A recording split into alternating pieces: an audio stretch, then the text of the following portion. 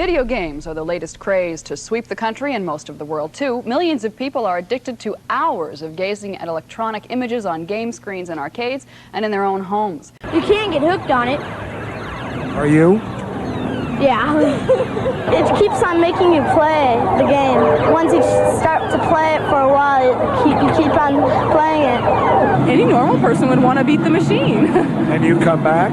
Oh, sure. Again? Oh, sure. Again? Yeah. Yeah, it's addictive. It is.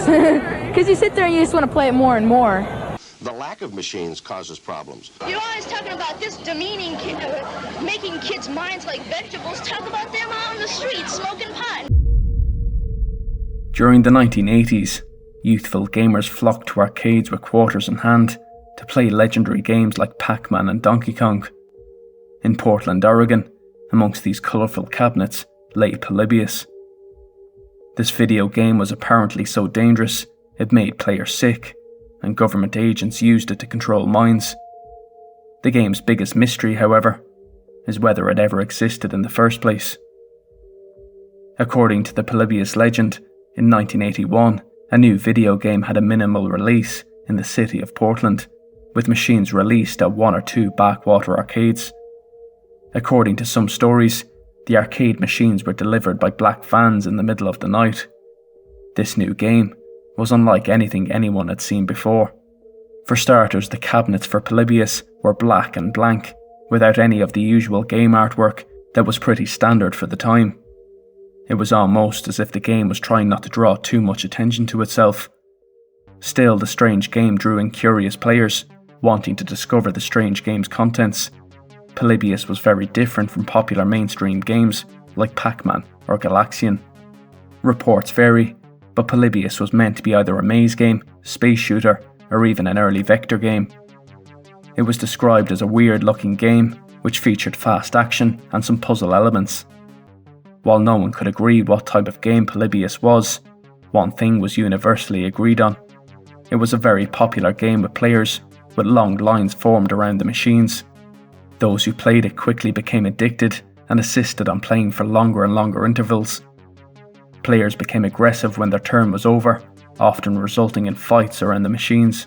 It was reported that those who played Polybius experienced disturbing side effects. There were many stories involving players who experienced amnesia afterwards, unable to remember where they lived or even their name. Other serious side effects included nightmares, nausea, intense anxiety, sleep disorders, epileptic seizures, paranoia, suicidal thoughts, and painful headaches. Since many of the gamers were teenagers or young children, these reports were alarming. It was as if they had experienced inexplicable trauma after playing the game. We'll see health warning labels anytime soon on video games, but it is true that too much of a good thing can be hazardous to your health.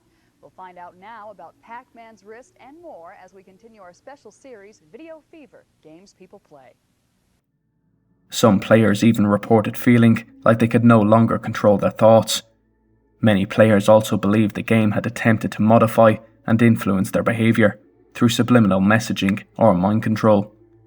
In extreme cases, the game is supposedly responsible for several suicides and acts of violence. Many players required psychological help to deal with their mental health afterward, with some never fully recovering. Good just to sit down and not have to think for a while and just blow things up. You know, like you hear about people that go out and smash their cars into trees because they just fed up. The side effects were so intense that many former arcade junkies swore off video games altogether. One player who tried out Polybius even became a prominent anti-video game crusader afterward. The company named in most accounts of the story is Sinnesloschen, and this name appears on the only alleged screenshot of the Polybius. Running the word through Google Translate reveals the word means, quote, mind-erasing in German. The most popular explanation for Polybius is an unknown government agency created it to test mind control technology on unsuspecting early gamers.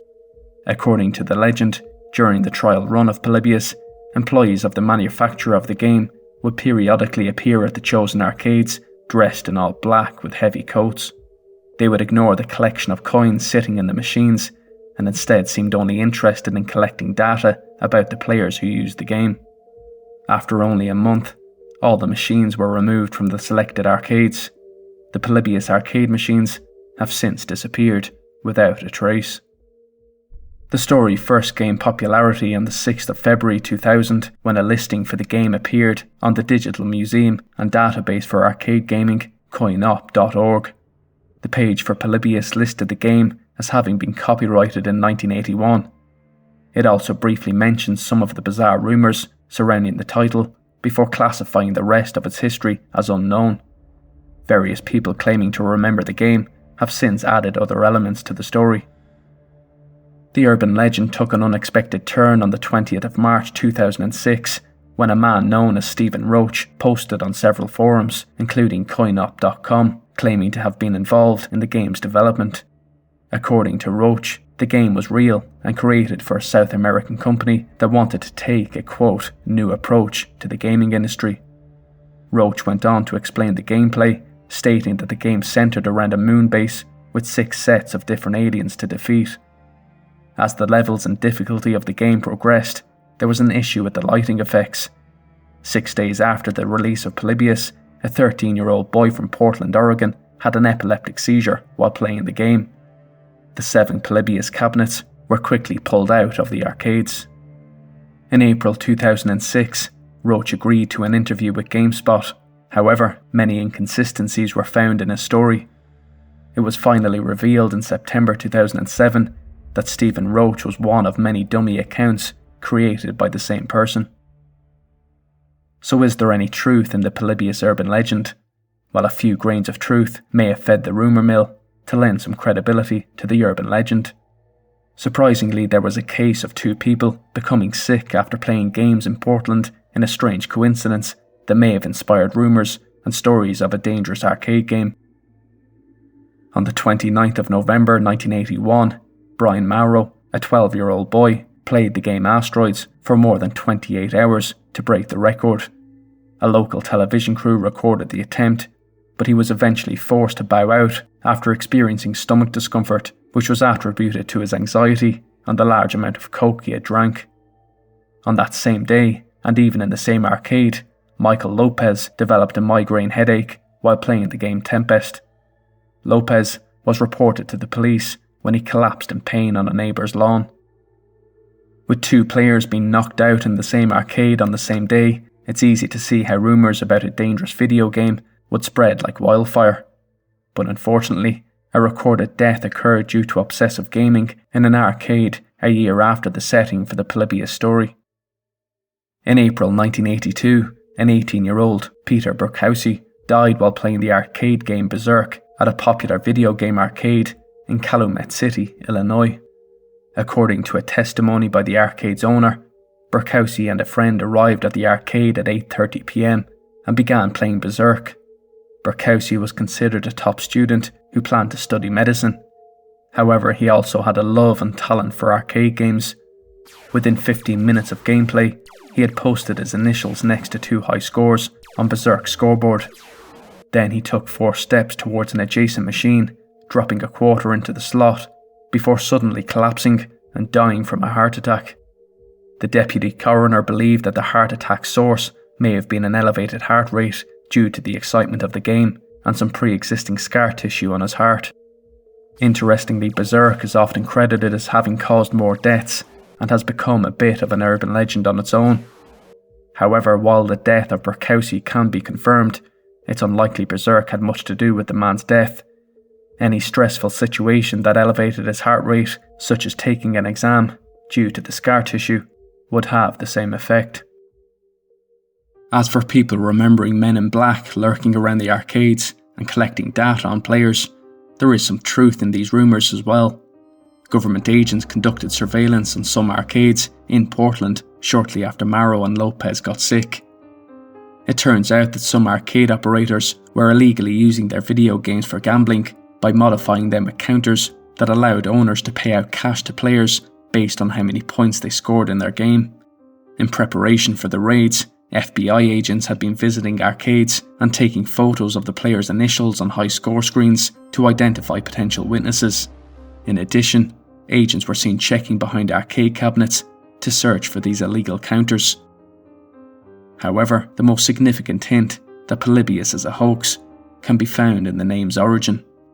The name Polybius was likely explicitly chosen as bait for the curious to lure them into the story. The original Polybius was an ancient Greek philosopher born in Megalopolis, Arcadia, around 208 BC. Polybius is best known for his affinity for puzzles and cryptography.